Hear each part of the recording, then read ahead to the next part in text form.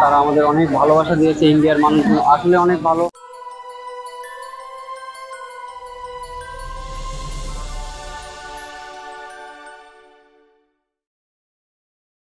Welcome fan. আমরা আরো দুজন বলতে পারি আমরা ইউটিউব ক্রিয়েটার, তাদেরকে পেয়েছি। আমরা দেখে মনে হয় না যে ফুড ব্লগার, বাট আমি যেটুকু জানি ফুড ব্লগার বলতে আমি ফুড ভালোবাসি, খাবার পছন্দ করি। এর মানে এই না যে আমি অনেকগুলা খাই। আপনার জায়গায় মনে হলো যে আমাকে যদি ফুড ব্লগার বলা হতো তাহলে মানাতো, বেশি মানাতো। আপনাকে দেখে সেরকমটা মনে হয় না, আপুকে দেখে ফুড ব্লগার। একটু খাওয়া দাওয়া করে একটু মানে আমি আসলে স্বাস্থ্য করে ফেললে তো সবাই আবার বলবে যে খেয়ে খেয়ে মোটা হয়ে গেছি, তো এই জন্য ফিট থাকি, প্লাস খাবার সব ধরনের খাবার ট্রাই করতে পছন্দ করি। এটাই আমার পেশা আর কি। আচ্ছা, আমাদের যারা আছে আপনারা হয়তো অনেকেই চেনেন, অনেকেই চেনেন না। ইন্ডিয়াতে একটা ট্যুর দিয়েছি, ইন্ডিয়া প্লাস হচ্ছে দার্জিলিং। তো আমাদের অনেকেই আমাদের চিনে, ইন্ডিয়াতে অনেক ফ্যান ফলোয়ার ছিল, তারা আমাদের অনেক ভালোবাসা দিয়েছে। ইন্ডিয়ার মানুষগুলো আসলে অনেক ভালো। আমরা ইকো পার্ক বা বেশ কিছু জায়গায় গিয়েছি, আমরা সবকিছু দার্জিলিং ঘুরে আসছি, কলকাতা ঘুরে আসছি। কলকাতার সম্পূর্ণ জায়গা আসলে দেখা সম্ভব হয়নি, আমরা আরো লং টাইম নিয়ে গেলে হয়তো দেখতে পারবো। আমার সব থেকে কলকাতার পছন্দের একটা জিনিস বলি, সেটা হচ্ছে হলুদ ট্যাক্সি।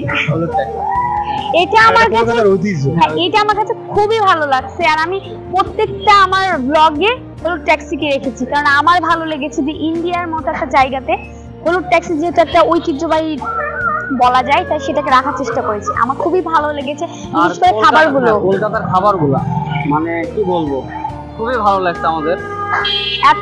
এত ভালো লেগেছে, আমি নেক্সটে আবার যাওয়ার প্ল্যান করছি। ইনশাআল্লাহ যাবো, আপনারা দোয়া করবেন। আর কলকাতার মানুষ যারা আমাকে দেখেন, ভালোবাসেন, তাদের জন্য অনেক অনেক ভালোবাসা, শুভকামনা। আর আমাদের অনেক ভালোবাসি।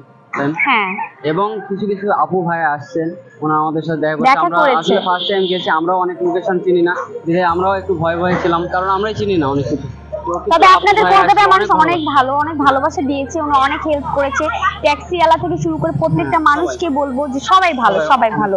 প্রত্যেকটা জায়গায় গেলে আসলে বোঝা যায়। আপনার সাথে দেখা অনেক ভালো লাগলো। আপনার কেমন লাগতেছে আমাদের বাংলাদেশে এসে? হ্যাঁ, আমি যেটুকু বলি, যেটুকু দেখা হয়েছে, আমি তো মনে হচ্ছে যে আমি এখানে থেকে যাই। তারপরে আমাদের বিশেষ করে বাংলাদেশ প্লাস আমাদের যত রাজশাহীতে মানে এসেছেন আপনি, আমাদের রাজশাহী সিটি কেমন লাগতেছে?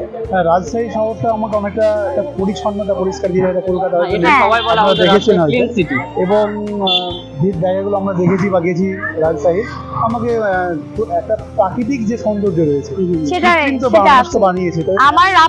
আমাদের রাজশাহীর ব্যাপারে যতটুকু বলবো তা কমই হয়ে যাবে। আপনারা আমাদের ইন্ডিয়াতে আবার আসেন, শুধু কলকাতা না, পুরো ইন্ডিয়া ঘুরে। আপনার সঙ্গে এবার পরিচয় হয়ে গেল। আমরা বর্ডারের ক্রস করার আগে আপনাকে অবশ্যই ইনফর্ম করবো, আপনি নিয়ে আমাদের ভাইয়া বড় ভাই হয়তো বা জানি না, সেটা দেখা হবে। ফার্স্ট টাইম তো অনেক কিছু হচ্ছে, কি হয় ভয় কাজটা করে, যেহেতু এক বাইরে একটা দেশ, আমরা এক দেশ থেকে আরেক দেশে গিয়েছি, তো আপনি হেল্প করবেন, ইনশাআল্লাহ সব জায়গায় ঘুরে দেখবো। ঠিক আছে, আবার একদিন সবাই মিলে হয়তো আড্ডা করতে পেলে ভালো হবে। দেখা যাচ্ছে সুযোগ পেলে হয়তো আড্ডা করব। ভাইয়াকে ধন্যবাদ। এবং ইন্ডিয়ার মানুষকে পুজো উপলক্ষে কি বলবেন? পুজো উপলক্ষে বলবো সবাই সেফ ভাবে থাকবেন। আর রাস্তাঘাট যেহেতু অনেক ভিড় গ্যাঞ্জাম থাকবে পুজোর সময়, তো সবাই সেফ ভাবে থাকবেন, ঠিক মতো পরিবারকে নিয়ে আনন্দ করবেন, এতটুকু। অসংখ্য ধন্যবাদ।